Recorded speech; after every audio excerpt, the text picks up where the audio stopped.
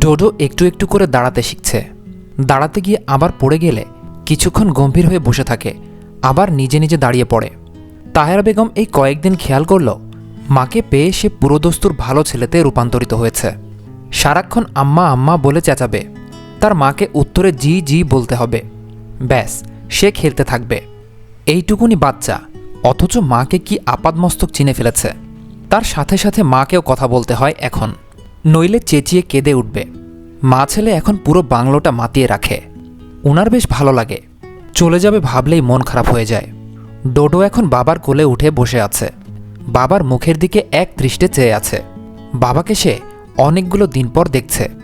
আয়জা আম্বিয়া বেগমকে বলল, আমা দেখো ভাইয়াকে কিভাবে দেখছে। আম্বিয়া বেগম হাসলেন। আজলান ফোনে কথা বলছে, ডোডো ফোনটা কেড়ে নেওয়ার পায়তারা করছে। বাবা তার সাথে কথা না বলে কেন ফোনে কথা বলবে। রাতের খাবারের বন্দোবস্ত চলছে রান্নাঘরে। শায়লা একা হাতে রান্নাঘর সামলাতে পারলেও তিথি আসার পর থেকে তার কাঁধ থেকে কাজের ভার হালকা হয়ে গেছে। সে এই কয়েকটা দিন ভীষণ আনন্দে কাটিয়েছে বাংলোয়। 1 মাসের বেতন নিয়ে সে চলে যাবে মাস শেষে। স্যারেরাও মনে হয় তাদের বাড়ি ফিরে যাবে। জারিফ হসপিটাল থেকে আনা যাবতীয় সব জিনিসপত্রগুলো গাড়ি থেকে নামিয়ে বাংলোয় নিয়ে এলো। আজলান ফোন রেখে বলল, হয়েছে, ওখানে রাখো, বাকিটা আয়জা সামলে নেবে। জারিফ বলল, আরেকটা ব্যাগ আছে, ওটা নিয়ে আসছি। জারিফ বেরিয়ে গেল। তাকে ইস্যু করে এত কাহিনী ঘটে গেছে, সে এইসব ব্যাপারে জানে না। আয়জা তাকে কিছু বলেনি। সেদিন ঘটনাস্থল হতে স্যারের এক সহকর্মী প্রথম ফোনটা তাকে করেছিল। হয়তো নাম্বারটা স্যারের কল লিস্টে শুরুতেই ছিল, নয়তো স্যার বলেছে। আর তারপর জারিফ এক মুহূর্ত অপেক্ষা করেনি। চট্টগ্রাম মেডিকেল হসপিটালে ভর্তি করানোর 8 দিনের মধ্যে আজলানের শরীরের অবস্থার একটু উন্নতি ঘটলে জারিফ তাকে সেন্ট্রাল হাসপাতালের প্রাইভেট ক্লিনিকে ভর্তি করায় এক্সট্রা কেয়ারের জন্য।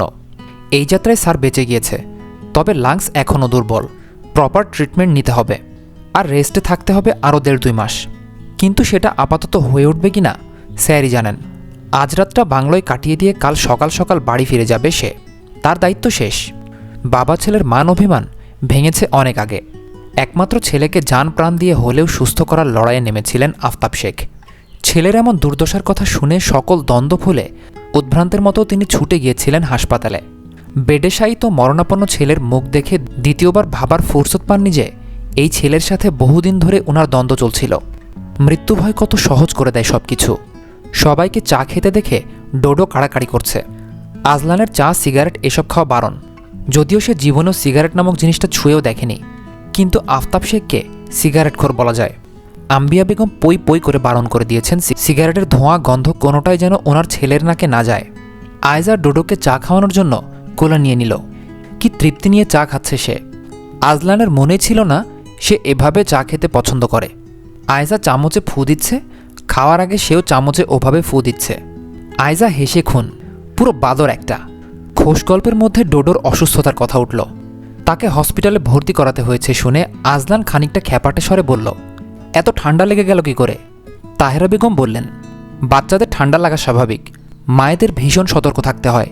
সেখানে ওর মা ছিল না, ঠান্ডা লেগে যাওয়া অসম্ভব কিছু না। আফতাব শেখ কথা বলে উঠলেন এবার। বললেন, জন্মের পর থেকে ওর শরীর শুকোয়নি তেমন, এখানে এসে শুকিয়েছে, তুমি অস্বীকার করতে পারবে না। আম্বিয়া বেগম বললেন, যা হয়েছে তা নিয়ে কথা বলে আর লাভ আছে? তুই একটু ঘুমাবি আব্বা? আজলান বসা থেকে দাঁড়িয়ে পড়তে পড়তে বলল, না, তবে কাজ আছে। আম্বিয়া বেগম তীব্র প্রতিবাদ করে বলল, বউ ঘরদোর সব সাফ করছে আজ, খবরদার কোনো কিছুতে হাত দিবি না আজলান, সবসময় অবাধ্য হোস না। আজলান হাঁ করে চেয়ে রইল। মা বুঝে গেল কি করে?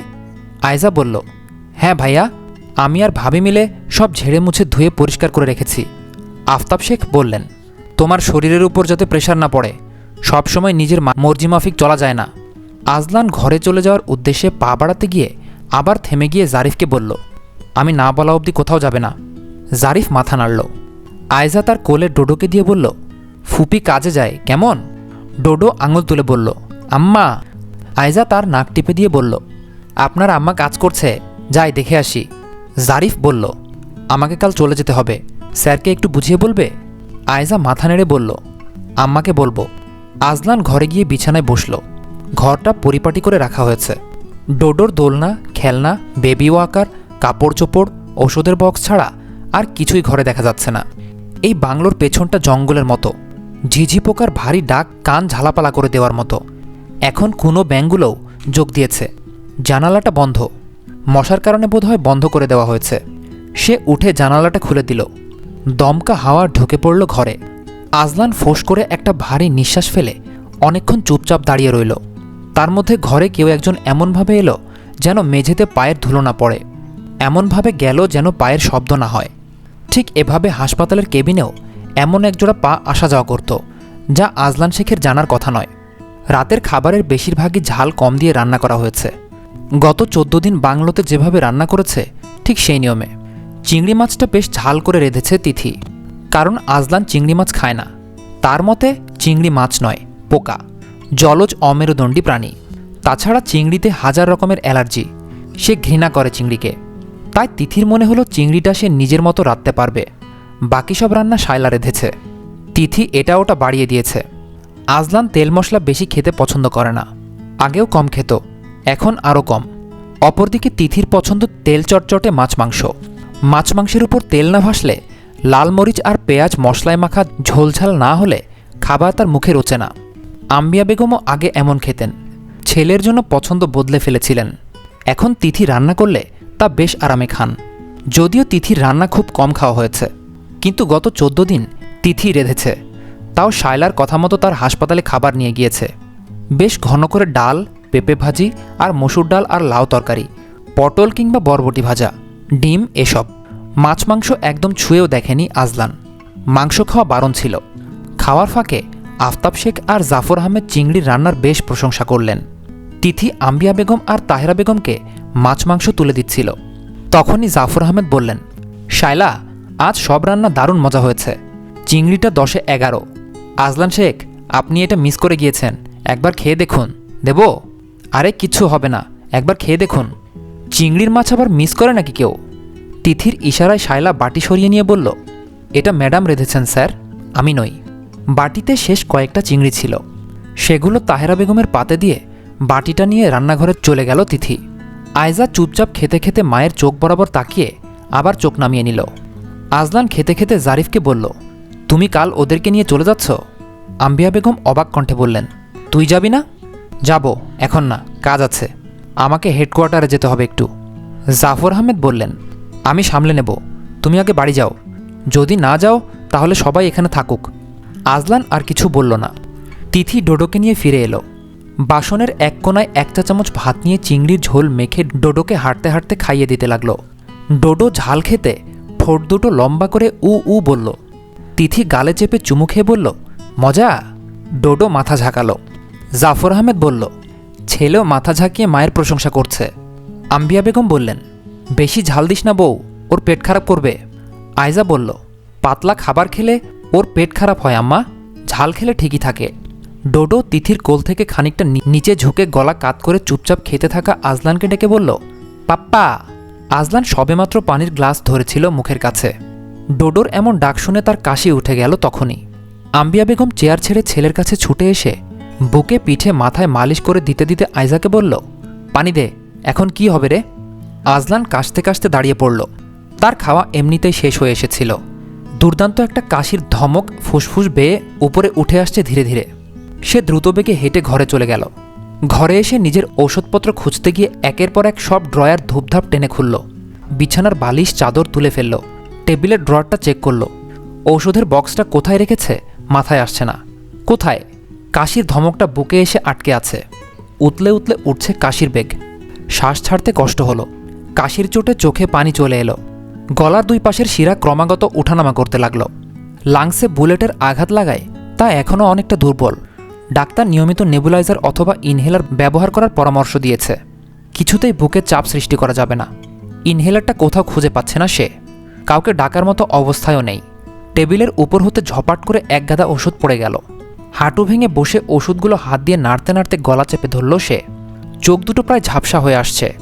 ডোডোকে খাইয়ে দিয়ে ঘুম পাড়িয়ে দিচ্ছিল তিথি, কিন্তু সে ঘুমাবে না এখন। তিথি তার মাথা বুকে রেখে ঘুম পাড়িয়ে দিচ্ছে, আর সে মুখ তুলে মায়ের দিকে তাকিয়ে আছে। তিথি বলল, ঘুম কবে আসবে? আমার অনেক কাজ ডোডো। ডোডো হাঁ করে চেয়ে রইল। তিথি তাকে বুকে জড়িয়ে ধরে দুগালে আদর করতে করতে ঘরের সামনে নিয়ে যাচ্ছিল। ঘরের ভেতর সমস্ত জিনিস এলোমেলো পড়ে থাকতে দেখে কৌতূহলবশত ঘরে পা রাখল।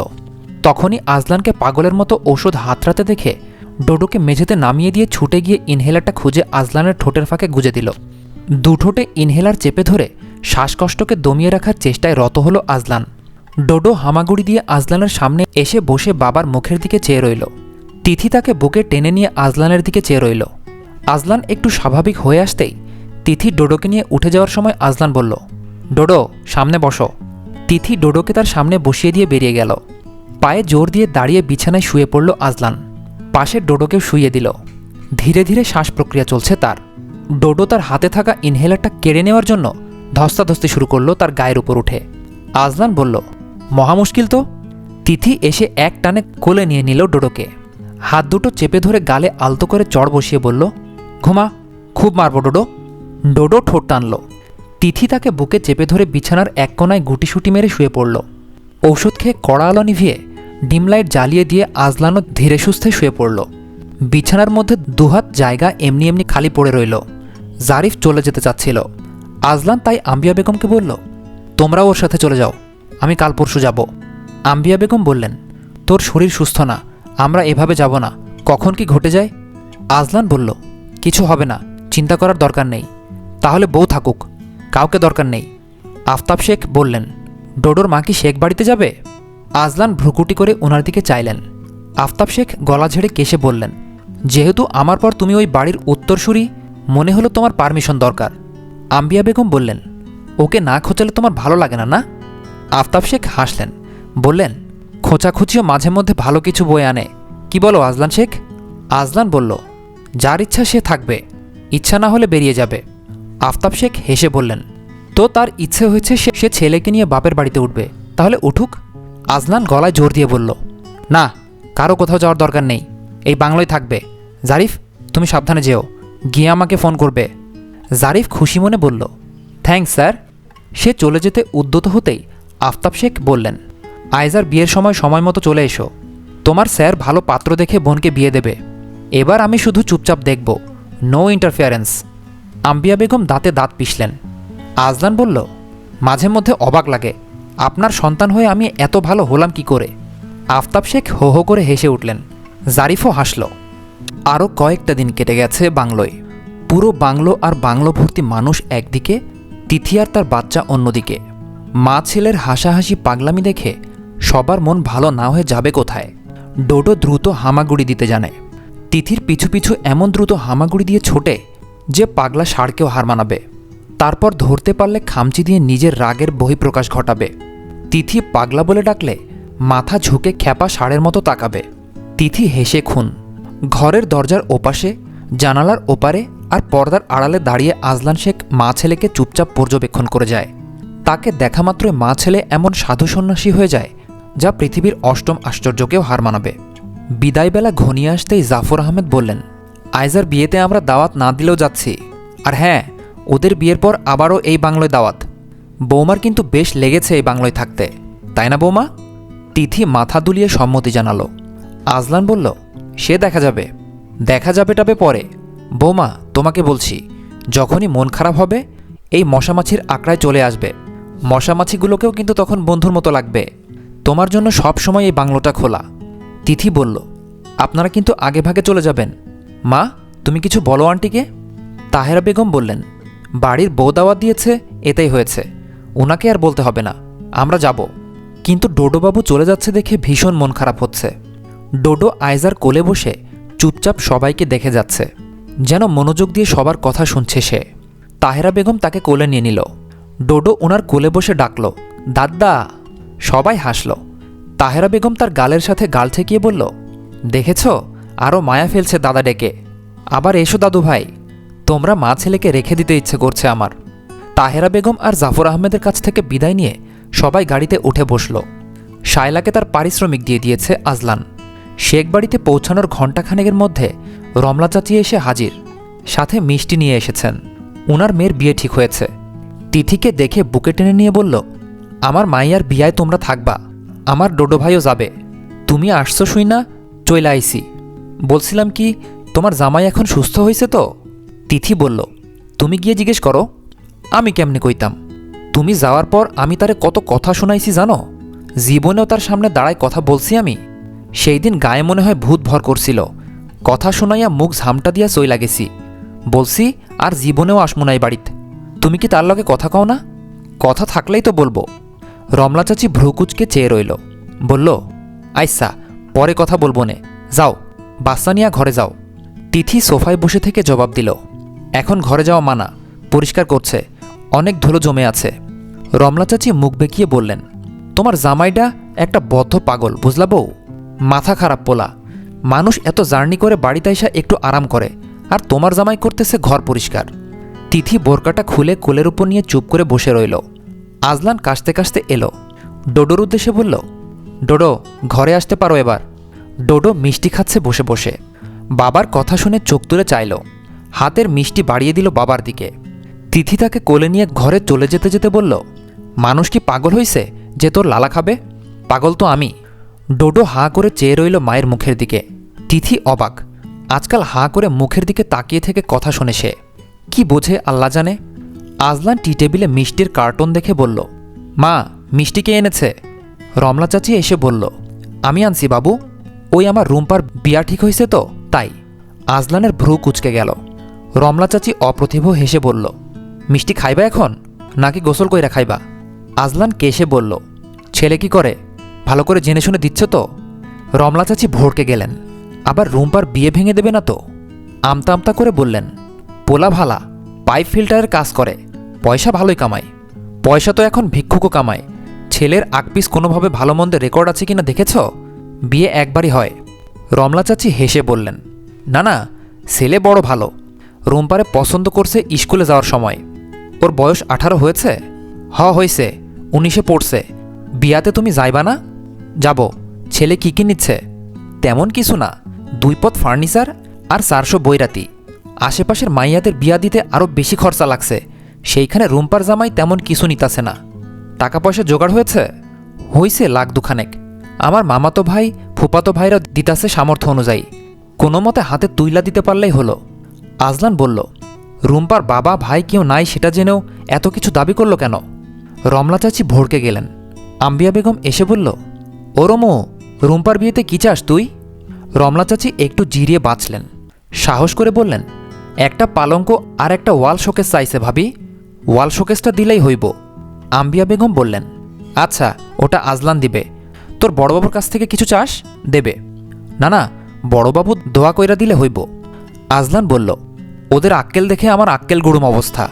সচক্ষে দেখছে চাচি একা মেয়েটাকে মানুষ করেছে, তারপরও এত দাবি দেওয়া। আম্বিয়া বেগম ধমক দিয়ে বললেন, এর চাইতে আরও বেশি নাই। যা জানিস না তা নিয়ে কথা বলিস না। আজকাল যৌতুক ছাড়া বিয়ে হচ্ছে নাকি? সবাই তোর মতো আইন বোঝে না।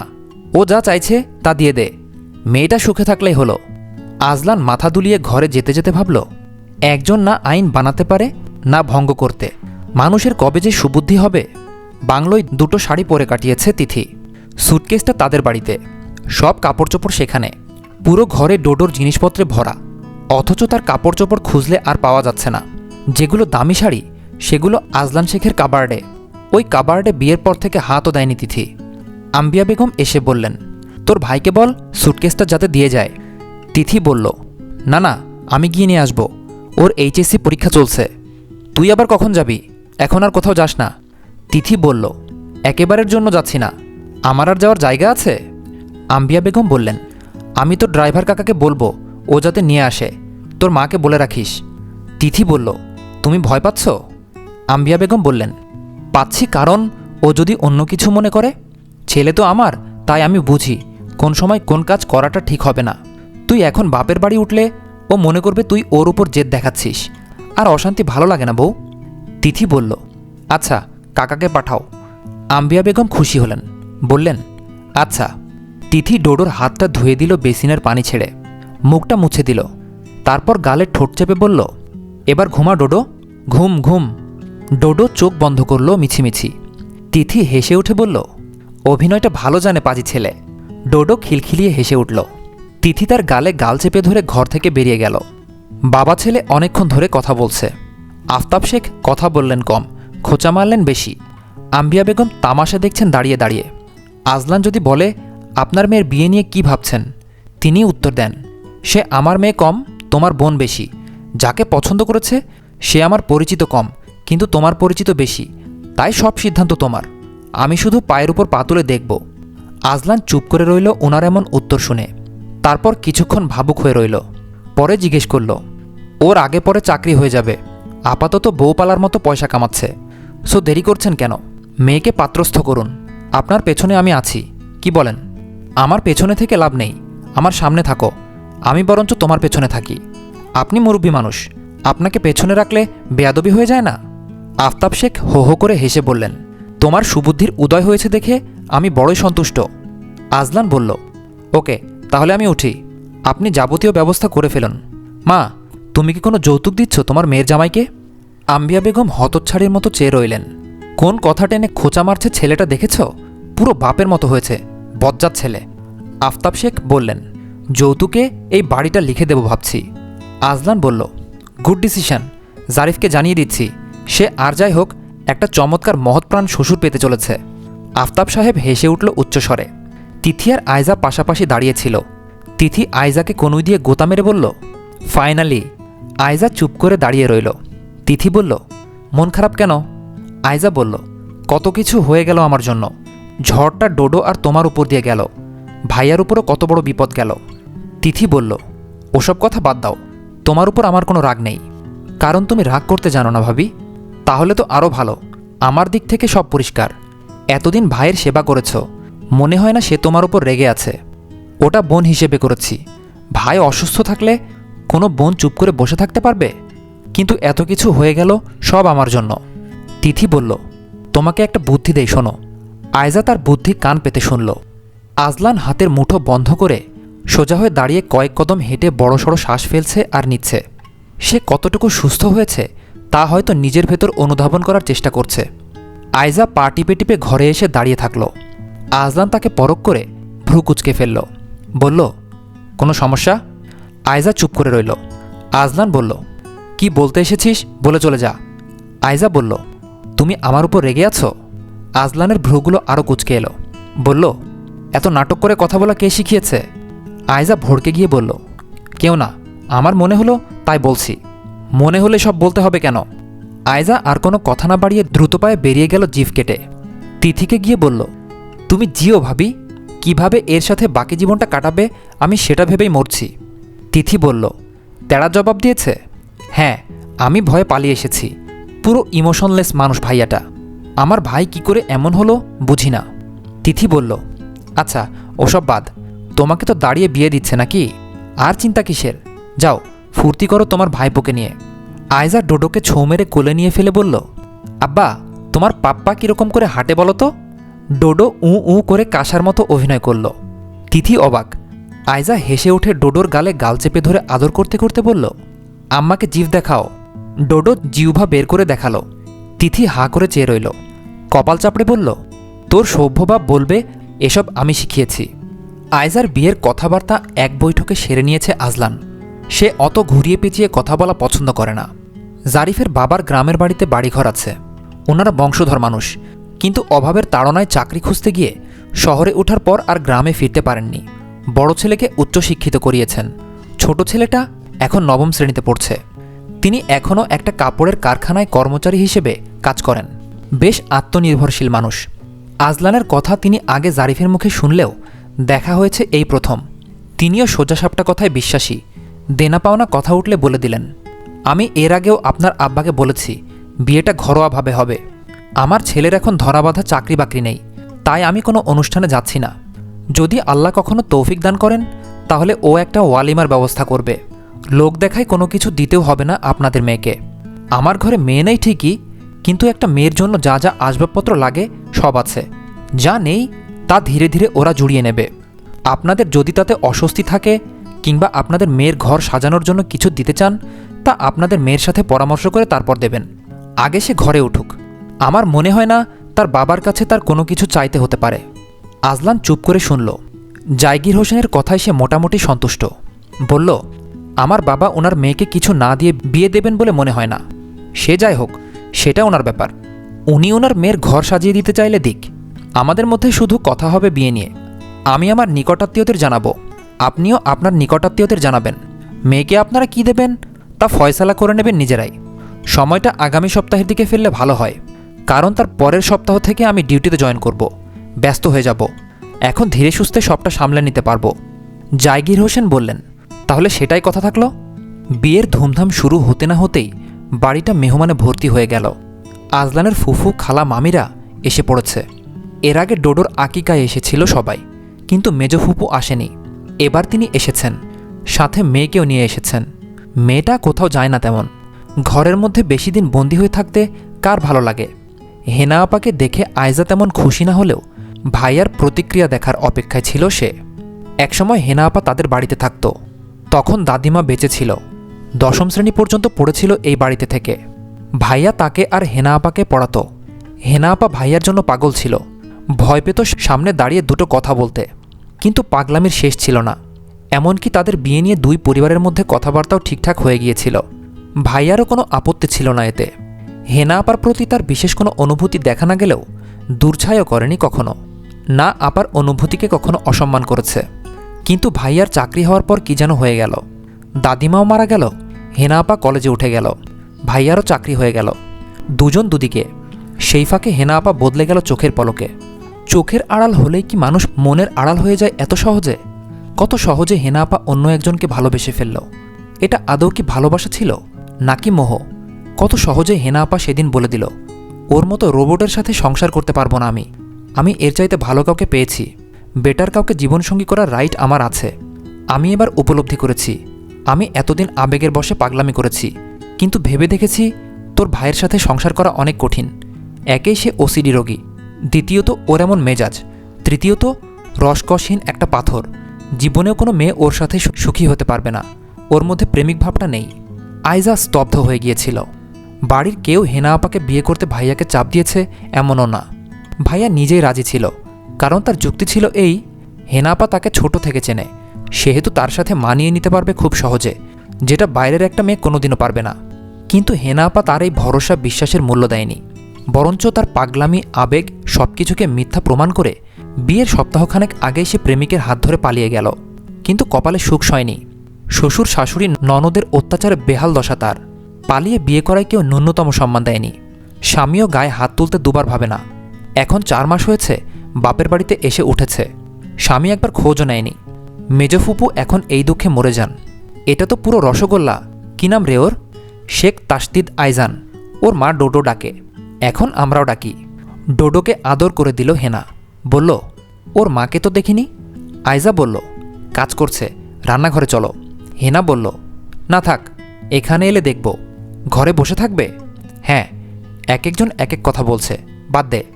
আয়জা ডোডোকে আদর করতে করতে বের হয়ে এলো। আম্বিয়া বেগম তাকে চুপিসারে বললেন, তোর মেজো ফুপুর আক্কেলটা দেখেছিস? এমনিতেই চ্যাটাং চ্যাটাং কথা বলে, তার উপর মেয়ে একটা এনেছে, ওই মেয়ের মুখ দেখতে ইচ্ছে করে না আমার। আয়জা বলল, আহা, এসব বলো না তো, ভাবিকে সরিয়ে রাখো ফুপুর সামনে থেকে, কখন কি বলে বসে দেখছি। তরতর করে হেঁটে রান্নাঘরে চলে গেলেন আম্বিয়া বেগম। তিথি মেহমানদারি করছে, যেন সবাই তার ঘরের মানুষ। কেউ কেউ খোঁচা মেরে তার বাপের বাড়ির কথাও জানতে চাইছে। কিছুদিন আগে বাড়ি ছেড়ে চলে গিয়েছিল সেই কথাও জানতে চাইছে। আরও কত শত কথা। তিথি হাসি মুখে উত্তর দিয়ে যাচ্ছে। আম্বিয়া বেগমের গা জ্বালা করছে। বিরক্ত হয়ে নিজের বোনকে বললেন, এত কথা বলিস না তো, ওর বাচ্চাকে খাওয়ানোর সময়টুকু পাচ্ছে না সকাল থেকে। এই বউ, তুই যা, আমার নাতনিটাকে খাইয়ে দিয়ে আয় আগে। আয়জার কোলে চেঁচাচ্ছিল। তিথি চায়ের কাপগুলো ধুয়ে বলল, আচ্ছা যাচ্ছি। মেজো ফুপু চা খায়নি, ঠান্ডা হয়ে গিয়েছে, ফুপুকে একটু নিমকি চা দাও। মেজো ফুপু বললেন, আর দিতে হবে না, তোমাদের তোষামতি করতে হবে না অত, বাপের বাড়িতেই তো এসেছি, নিজে করে খেয়ে নেব। আম্বিয়া বেগম মুখ বাঁকালেন আড়ালে। তিথি ডোডোকে খাওয়াচ্ছিল। আয়জা হেনাকে নিয়ে তখনই ঘরে প্রবেশ করল। তিথি সতর্ক হয়ে দাঁড়িয়ে যাচ্ছিল। আয়জা বলল, সমস্যা নেই, হেনা আপা এসেছে, তুমি তো নাম শুনেছ। তিথি হেনাকে বলল, বসুন। হেনা বসল। তিথি তাকে আপাদ মস্তক দেখে নিল। আয়জা তাকে এই মেয়ের ব্যাপারে সব বলেছেন বাংলোয় থাকাকালীন। সেদিন বোকামো না করলে এই ঘর সংসার মেয়েটার হতো। জীবনটা কি অদ্ভুত। আয়জা বলল, আচ্ছা তোমরা গল্প করো, আমি আসি। আয়জা চলে যাওয়ার পর তিথি আর হেনার মধ্যে অনেক কথা হলো। হেনা ঘরটাতে চোখ বুলিয়ে বলল, পড়াশোনা কন্টিনিউ করেছেন? না, সেকেন্ড ইয়ারের ফাইনাল দেয়নি, এবার দেব ভাবছি। ডোডো হাঁটা শিখলে আমার আর সমস্যা হবে না। বাচ্চা তার মায়ের চেহারা পেয়েছে, আর বাবার রং। তিথি মৃদু হাসল। ডোডো মুখ বের করে একবার হেনাকে চাইল। হেনা হাসতেই সে আবারও মুখ লুকিয়ে নিল। তিথি বলল, দুষ্টুমি শিখেছে। আপনার ভাইয়ের সাথে দেখা হয়েছে? হেনা চমকে উঠে বলল, না না, হয়নি, হবে আর কি। তিথি হাসল, বলল, কিছু খাননি? খেয়েছি, খিদে নেই তেমন, আসার সময় ভাত খেয়েছিলাম। দুজনের কথার মাঝখানে সোজা ঘরে ঢুকে এলো আজলান। ডোডো মুখ তুলে বাবাকে দেখে ডেকে উঠল, পাপ্পা। হেনা বসা থেকে দাঁড়িয়ে পড়ল। আজলান হেনাকে দেখে বলল, ভালো আছিস? হেনা দ্রুত জবাব দিল, হ্যাঁ আছি। তারপর সোজা বেরিয়ে গেল সে। তিথি ডোডোকে মেঝেতে নামিয়ে দিল। সে হামাগুড়ি দিয়ে ছুটে গিয়ে বাবার পা জাপটে ধরল। আজলান চোখ নামাতেই দুহাত বাড়িয়ে দিল। আজলান কোলে তুলে নিয়ে বলল, পা ধরার অভ্যাস হলো কবে থেকে? ডোডো চোখ উল্টে তাকালো। আজলান বলল, এসব শেখালো কে? ডোডো হাত দুটো তুলে চেঁচিয়ে উঠে বলল, আম্মাম্মা। তিথি হতভম্ব হয়ে চেয়ে রইল। মাকে ফাঁসিয়ে দিচ্ছে সে? আজলান বলল, আর করলে খবর আছে।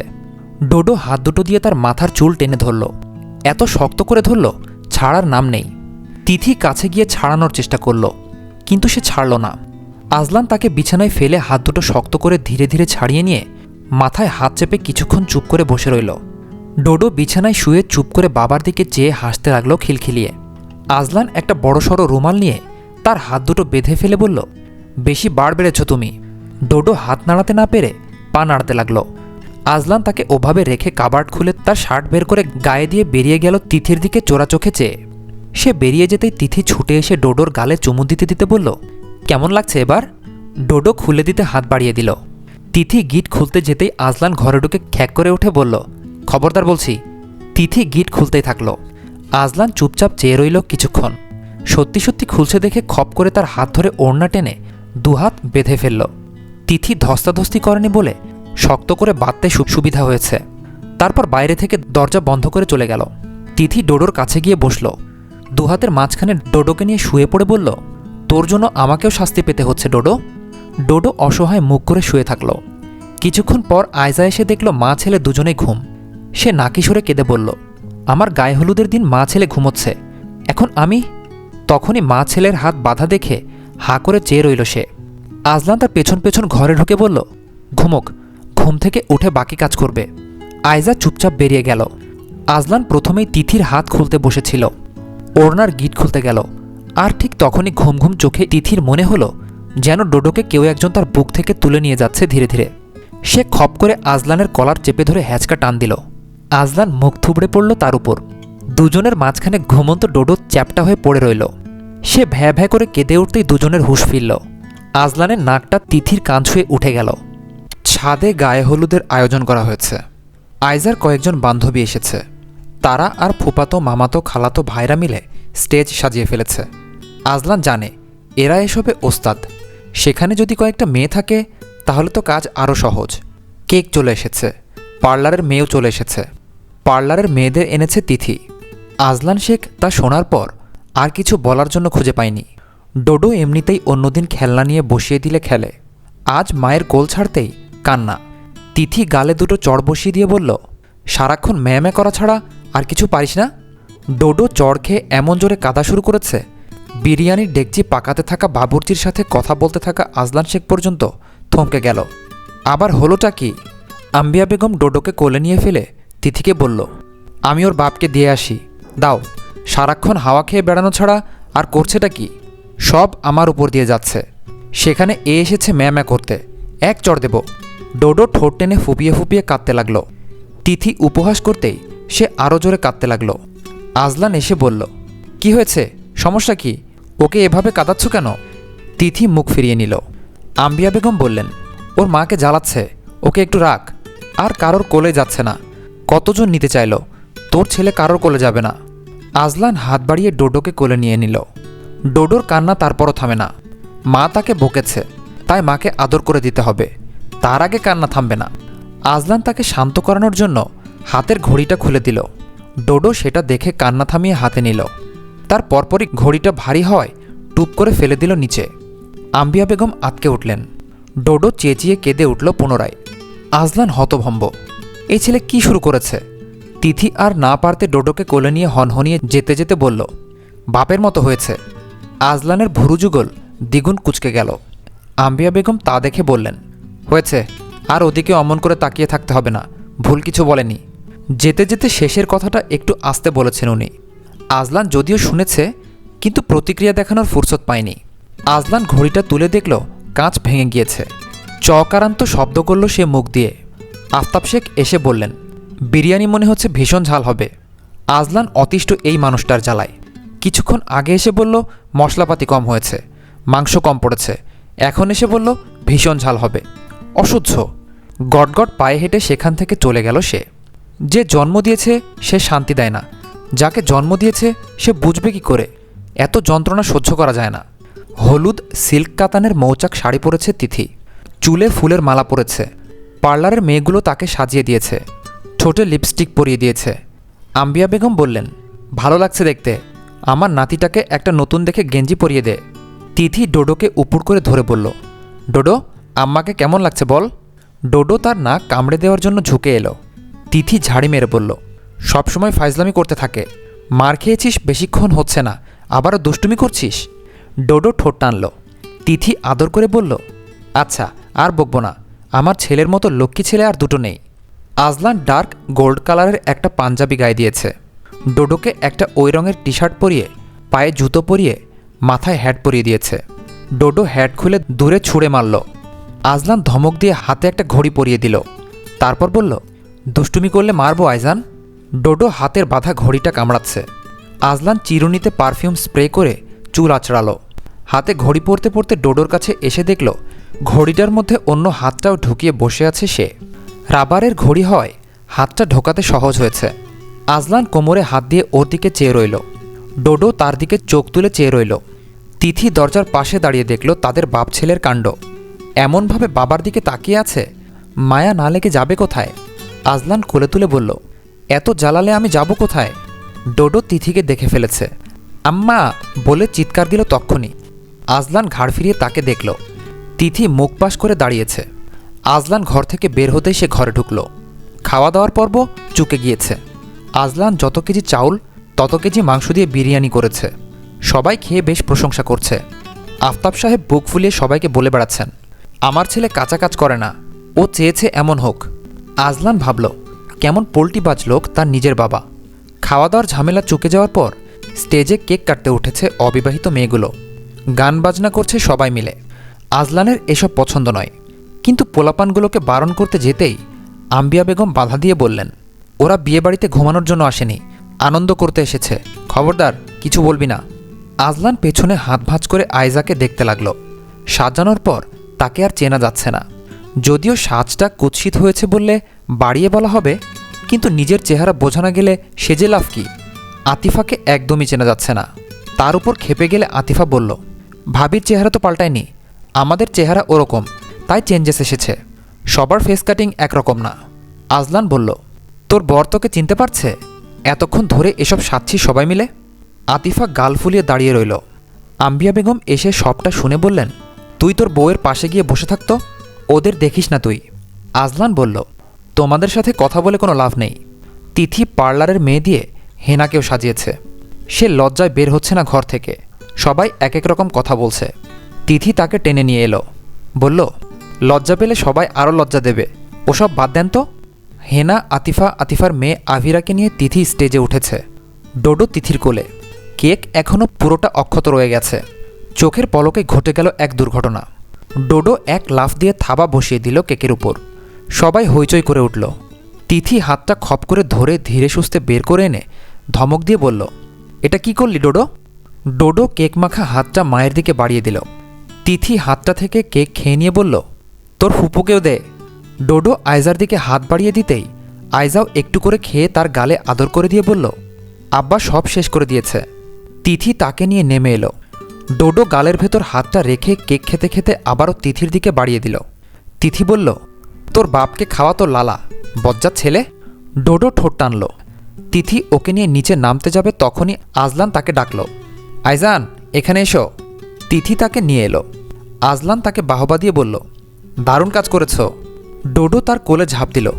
তিথির গালে হাত লাগিয়ে দিয়েছে ডোডো। সে মোছার জন্য নিচে যাওয়ার জন্য রওনা দিতেই আজলান বলে উঠল, হোয়াট ইজ দিস আইজান? তিথি ঘাড় ফিরিয়ে দেখল ডোডো তার হাতটা আজলানের মুখে ধপাস ধপাস মেরে মেরে খেলছে। তিথি ফিক করে হেসে ফেলে আবারও হাসি আটকালো। আজলানের সারা মুখে কেক লেগে রইল। তিথি হাসি চেপে ডোডোকে কোলে টেনে নিয়ে বলল, দারুণ কাজ করেছিস। আজলান তাদের মা ছেলের পিছু পিছু ঘরে চলে এলো। তিথি টিস্যু দিয়ে কেক মুছে নিয়ে আয়নার সামনে দাঁড়ালো। আজলান মুখ ধুয়ে ডোডোর হাতটাও ধুয়ে মুছে দিয়ে বলল, তুমি আজকাল বড্ড পাজি হয়েছ আইজান। এসব যে শেখাচ্ছে তাকে বলে দেবে, এর ফল ভালো হবে না। তিথি সাথে সাথে বলল, কার ফল কেমন ভালো হয়েছে দেখতেই পাচ্ছি। আজলান শানিত দৃষ্টিতে তাকালো। তিথি চলে গেল আবারও। আজলানকে আম্বিয়া বেগম টেনে টুনে নিয়ে গেলেন ডোডোকে সহ। কেক কাটার জন্য দুজনকে ঠেলে ঠুলে একসাথে তুলে দিলেন। তিথি ডোডোকে সাবধানে করে নিয়েছে, হাতে একটা কমলা ধরিয়ে দিয়েছে। সে সেটা নিয়ে আপাতত ব্যস্ত। আয়জাকে কেক কেটে খাওয়ানোর পর আয়জা ভাই আর ভাবিকে খাইয়ে দিল, ডোডোকেও খাইয়ে দিল। ডোডো মায়ের মতো আয়জার দিকে হাত বাড়িয়ে দিতেই আয়জা তার হাতে আদর দিয়ে আম আম করে খাওয়ার ভান করতেই ডোডো খিলখিলিয়ে হেসে উঠল। আজলান দ্রুত পায়ে নেমে আসবে ঠিক তখনই ক্যামেরাম্যান বলল, ভাইয়া ভাবিকে কেক খাইয়ে দিন, তারপর ভাবি আপনাকে খাওয়াবে। তিথি আর আজলান দুজনে ভেবাচাকা খেয়ে গেছে। আজলান কেক কেটে অন্যদিকে চোখ রেখে তিথিকে খাইয়ে দিল, কিন্তু সেটা তিথি খেল না, ডোডো খেয়ে নিয়েছে। আম্বিয়া বেগম ক্যামেরাম্যানকে বলল, বউকে বড় টুকরো খাইয়ে দিতে বল। ক্যামেরাম্যান বলল, এবার ভাবির জন্য কেক বড় করে কাটেন ভাইয়া। আজলান হতবাক। ডোডো কেক খেতে খেতে ক্যামেরার দিকে তাকিয়ে আছে। আজলান পুনরায় কেক কেটে তিথির দিকে বাড়িয়ে দিল। তাকিয়ে রইল ক্যামেরার দিকে, তিথির দিকে ভুলেও তাকালো না। তিথি ঝুঁকে বড় পিসের কেক থেকে একটুখানি খেলো, এমনভাবে খেলো যেন আজলান শেখের হাত আর ঠোঁট লাগলে আগুনে পুড়ে ছাই হয়ে যাবে। আজলানের এত বড় অপমান সইল না, মুখটা স্বাভাবিক রাখল বহু কষ্টে। তিথিও কেক কেটে এমনভাবে বাড়িয়ে দিয়েছে মানুষ ভিক্ষুককেও এর চাইতে যত্ন করে কিছু খেতে দেয়। ক্যামেরার দিকে তাকিয়ে রইল, অথচ হাতটা আজলানের বুকের কাছটায়। আজলান তার হাতটা শক্ত করে ধরে কেক খেল। তিথি প্রাণ যায় যায় অবস্থা। রাক্ষসটা হাতটা এমনভাবে ধরেছে যেন সব অপমানের বদলা নিয়ে নিল। ডোডোকে হাতের উপর হাত রেখে তিথি কেক কেটে ছেলের হাতে কেক খেল। ততক্ষণে আজলান নেমে গিয়েছে। তিথির গলা শুনে ঘাড় ফিরিয়ে তাকালো। তিথি ক্যামেরাম্যানকে বলছে, আমার ছেলে আমাকে খাইয়ে দিচ্ছে, এটার একটা ছবি তুলুন। ডোডোর হাত থেকে কেক খেল তিথি, তারপর গালে আদর করে বলল, আমার সোনা ছেলে। আজলান গটমট পায়ে হেঁটে নিচে চলে গেল। তিথি ডোডোর জন্য একটা প্লেটে কেক কেটে নিয়ে নেমে যাওয়ার সময় আয়জা বলল, ভাবি তুমি কি বলো তো, ভাইয়া অত বড় কেক কেটে দিল, খেলে একটুখানি। ডোডোর হাতে একা একা কেক খেলে, ভাইয়াকে দিলে না, ভাইয়া তো রেগে বোম। তিথি বলল, তোমার ভাই ঠান্ডা ছিল কখন? আতিফা আম্বিয়া বেগমকে বলল, দেখলে আম্মা, ও সারাক্ষণ আমার ভাইয়াকে রাগিয়ে দেওয়ার তালে থাকে। আম্বিয়া বেগম বললেন, ও কিভাবে কেক বাড়িয়ে দিয়েছে দেখলি না? ওর কাছ থেকেই তো শিখছে, তোর ভাই ধোয়া তুলসী পাতা নয়। আতিফা বলল, তুমি ওকে মাথায় তুলছ। সংসার টিকিয়ে রাখা এত সহজ না, শাশুড়ি হ, তারপর বুঝবি। আতিফা তর্কে না জড়িয়ে তার বরের কাছে চলে গেল। ডোডোকে কেক খাওয়াচ্ছিল তিথি। যতটা না খাচ্ছে ততটা নিজের হাতে মুখে লাগিয়েছে ডোডো। মাকেও খেতে বলছে, কত দরদ তার। পাশ থেকে মেজফুপু বলল, ছেলেটাকে সারাক্ষণ খাওয়াতেই থাকো নাকি? এত খাওয়াও বদহজম হয় না? সেও দেখছি খেতেই থাকে। তিথির মেজাজ সপ্তমে উঠল। সে আশ্চর্য হয়ে বলল, আজব ব্যাপার, আমার ছেলে কি খাবে, কতটুকু খাবে, কখন খাবে, এসব আমার ব্যাপার। আমি ওকে দরকার পড়লে একটা বিরিয়ানির ডেকচি পুরো খাওয়াবো, আপনার তাতে কি? সব কথা মুখ বুঝে সহ্য করছি বলে, শুনেও না শোনার ভান করে থাকছি বলে, আমার ছেলেকে নিয়ে কথা বললে তা শুনে চুপ থাকবো না? কেমন মানুষ আপনি? একটা বাচ্চার খাবারে নজর দেন। ডোডো মায়ের চিৎকার শুনে কেঁদে উঠেছে।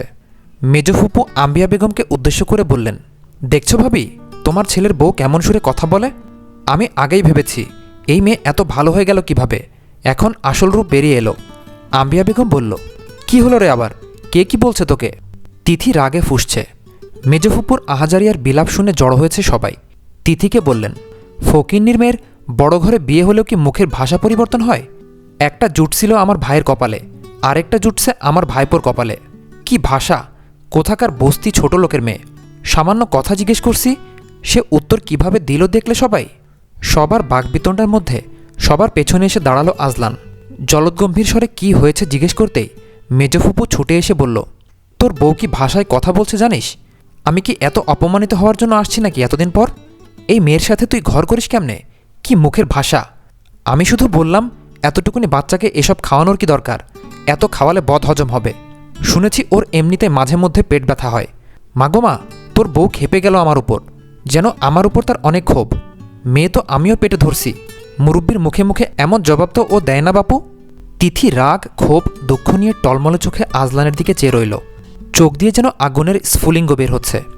আজলান তাকাতেই চোখ সরিয়ে ডোডোকে নিয়ে হনহনিয়ে নিচে চলে গেল সে। হেনা এসে মাকে জোর করে টেনে নিয়ে যেতে চাইল। তিনি বললেন, তুই কেমন ছেলে, আর কেমন বউ জুটল? তোর মা কেন সারাক্ষণ তাকে তেল মাখে এবার বুঝলাম। আজ তো বেয়াদব একটা মেয়ে, দূর করে তাড়িয়ে দে। আজলান চুপচাপ নিচে নেমে গেল। মালেকা বেগমের সাথে মেজ ফুপুর তর্ক তীব্র হয়ে উঠেছে। মালেকা বেগম আজলানের বড় ফুপুদের সাথে বসে গল্পগুজবে মগ্ন ছিলেন। মফিজ সাহেবও আফতাব সাহেবের সাথে ছিলেন। ঘটনাস্থলে না থাকলেও মেজ ফুপুর চেঁচামেচি শুনে সবকিছু স্পষ্ট হয়ে গেল তাদের। মালেকা বেগম নীরবতা ভেঙে ক্ষিপ্ত হয়ে বলে উঠলেন, আপনি আমার মেয়েকে বস্তি ডাকলেন কোন সাহসে? আমার মেয়ে বস্তিতে বড় হলেও অনেক ভালো শিক্ষা পেয়েছে। আপনি তো ভদ্রবাড়িতে বড় হয়ে সেটুকুও পাননি। আসার পর থেকে দেখছি মেয়েটা কাজের জন্য বাচ্চাটাকে পর্যন্ত কোলে নিতে পারছে না। সেখানে আপনার বড় বড় কথা, অনেকক্ষণ ধরে আপনার কথা শুনছি। মেজ ফুপু বললেন, মেয়েকে বেয়াদব বানিয়েছেন সেটা স্বীকার করুন, মুরব্বীদের সাথে কি করে কথা বলতে হয় সেটা জানে না। মালেকা বেগম তীব্র কণ্ঠে বললেন, এখানে মুরব্বী তো আরও আছে, কারো সাথে তো বেয়াদবি করেনি, আপনার সাথে কেন করল? মফিজ সাহেব রাগে কাঁপছেন, তবু কিছু বললেন না। তিনি মালেকা বেগমকে বললেন, আহা থামো, বাদ দাও। মেজ ফুপু বললেন, আমার তো এখন আপনার জন্য মায়া হচ্ছে ভাই সাহেব। এই মা মেয়ের জ্বালায় আপনি অতিষ্ঠ হয়ে যাচ্ছেন না? এখন বুঝতে পারছি বীজ কিসের। তুষার বাবা আর মাকে সরিয়ে নেওয়ার চেষ্টা করছে। আফতাব শেখ এসে তীব্রভাবে ধমক দিয়ে বললেন, আসিয়া তুই চুপ করবি? অশান্তি লাগিয়ে দিয়েছিস গোটা বাড়িতে। কি শুরু করেছিস তোরা? বড় ফুপুও প্রতিবাদ করে বললেন, আসিয়া তুইও কি বাচ্চা মেয়ে হয়ে গেছিস? নতুন মা হয়েছে, বাচ্চার নামে বাজে কথা সইতে পারেনি, চুপ কর না। ছোট ফুপুও বড় ফুপুর মতো শান্তিপ্রিয় মানুষ। তিনি বললেন, আজলান ঘরের দিকে গেছে, কি হবে কে জানে, তুমি একটু চুপ করবে মেজবু? আফতাব সাহেব মালেকা বেগমের উদ্দেশ্যে বলেন, বেআইন মাথা ঠান্ডা করুন, সবাই রেগে গেলে তো হবে না।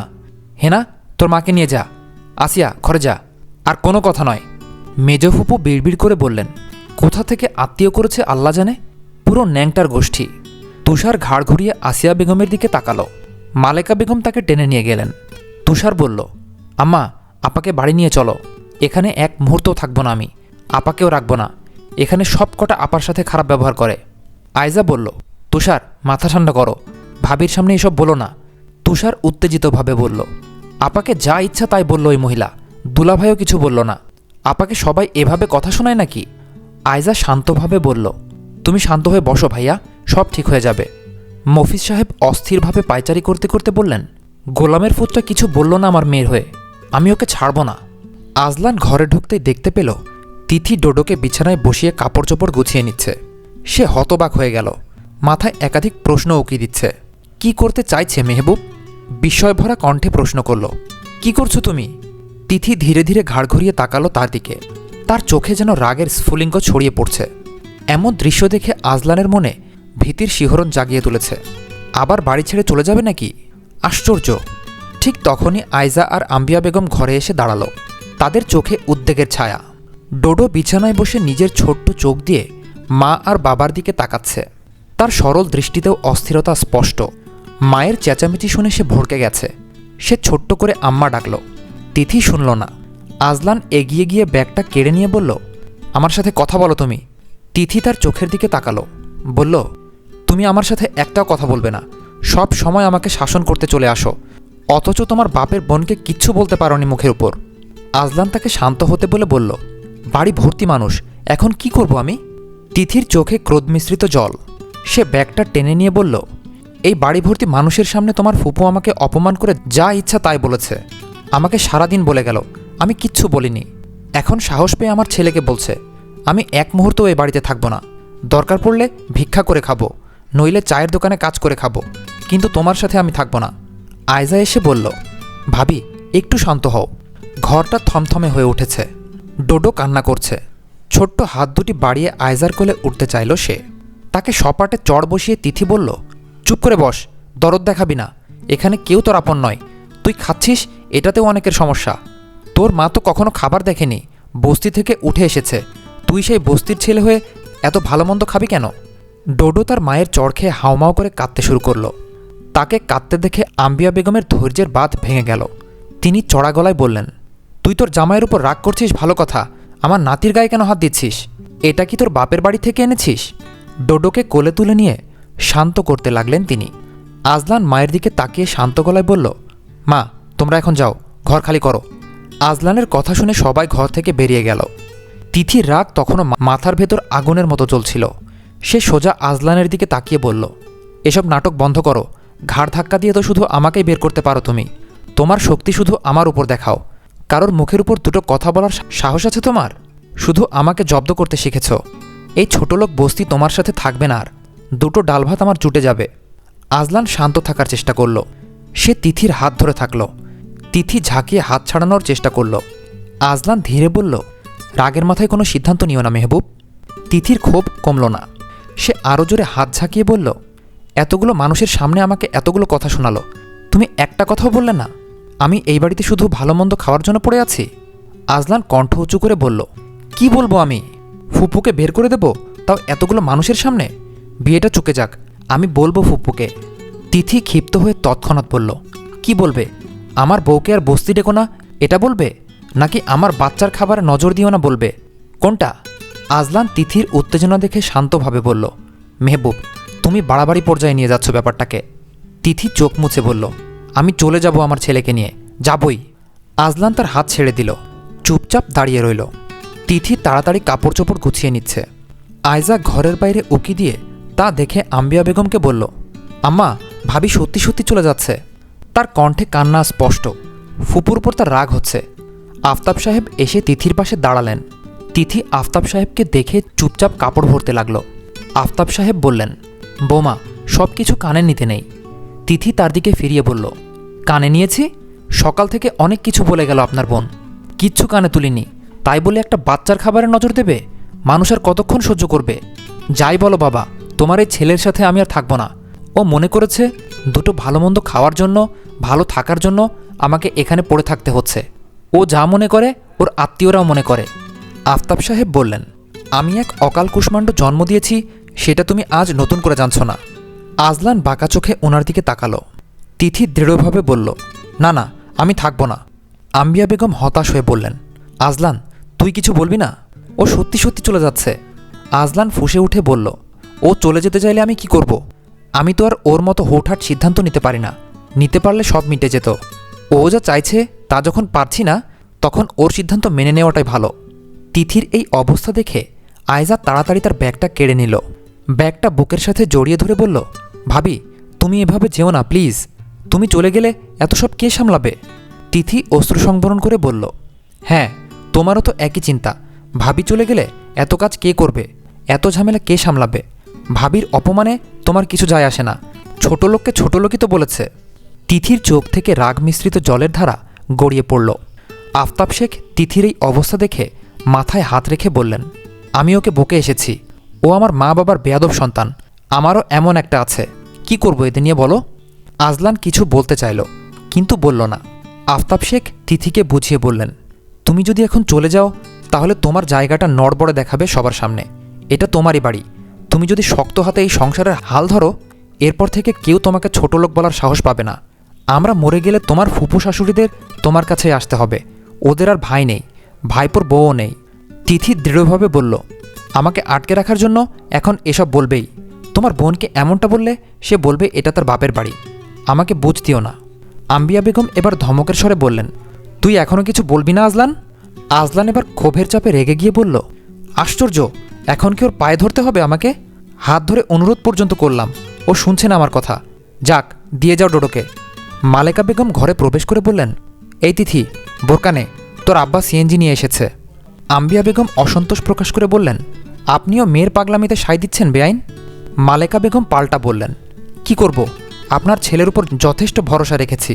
সে তার বউয়ের অপমান চুপচাপ সহ্য করে বসে আছে। মনে হচ্ছে সে বেশ খুশি হয়েছে। আপনার ননদ আমার সামনে যা যা বলেছে, এসব কি কোনো ভালো মানুষের কথা? আজলান এই মুহূর্তে তার মত পাল্টে বলল, ও কোথাও যাবে না। ও আপনাদের মেয়ে কম, বাড়ির বউ বেশি। মালেকা বেগম তীব্র কণ্ঠে বললেন, বেশি বলেই তো এত কথা শুনিয়েছে তোমার ফুপু। আজলান বলল, এসব অশান্তি সংসারে হয়ে থাকে। মফিজ সাহেব এসে বললেন, না না, আমরা ওকে রাখব না। আমরা ওর কথাগুলো এতদিন তেমন বিশ্বাস করিনি, কিন্তু আজ সচক্ষে দেখলাম ওকে কিভাবে অপমান করা হলো। ও থাকবে না আর এই বাড়িতে।